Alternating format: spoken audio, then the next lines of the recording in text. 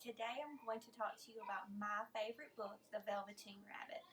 The Velveteen Rabbit is one of my favorite books because I can remember when I was little and sitting on my mom's lap, and we would sit in the rocking chair and she would read me this book, and we probably read it hundreds of times.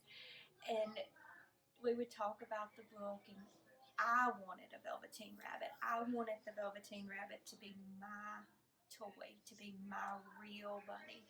So I'm going to start with a little portion of the book that I'm going to read to you. This is my favorite part of the book. It starts, so one of the characters that we're going to be meeting here is the Skin Horse, and he's going to be having a conversation with the Velveteen Rabbit about what it means to be real. The Skin Horse had lived longer in the nursery than any of the others.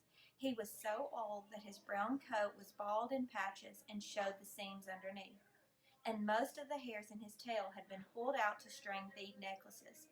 He was wise, for he had seen a long succession of mechanical toys arrive to boast and swagger, and by break their mainsprings and pass away.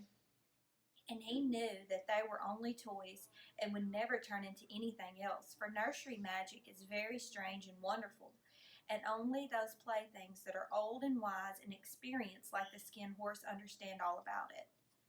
"What is real?" asked the rabbit one day when they were lying side by side near the nursery fender before Nana came to tidy the room. "Does it mean having things that buzz inside you and a stick-out handle?" "Real isn't how you are made," said the Skin Horse. "It's a thing that happens to you. When a child loves you for a long, long time, not just to play with, but really loves you, then you become real." "Does it hurt?" asked the rabbit.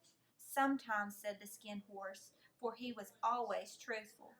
"When you are real, you don't mind being hurt." "Does it happen all at once, like being wound up?" he asked, "or bit by bit?" "It doesn't happen all at once," said the Skin Horse. "You become. It takes a long time. That's why it doesn't often happen to people who break easily, or have sharp edges, or who have to be carefully kept. Generally, by the time you are real, most of your hair has been loved off and your eyes drop out, and you get loose in the joints and very shabby. But these things don't matter at all, because once you are real, you can't be ugly except to people who don't understand."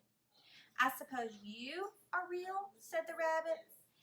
And then he wished he had not said it, for he thought the Skin Horse might be sensitive.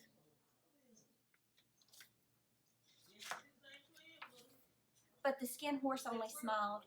"The boy's uncle made me real," he said. "That was a great many years ago, but once you're real, you can't become unreal again. It lasts for always." The rabbit sighed. He thought it would be a long time before this magic called real happened to him.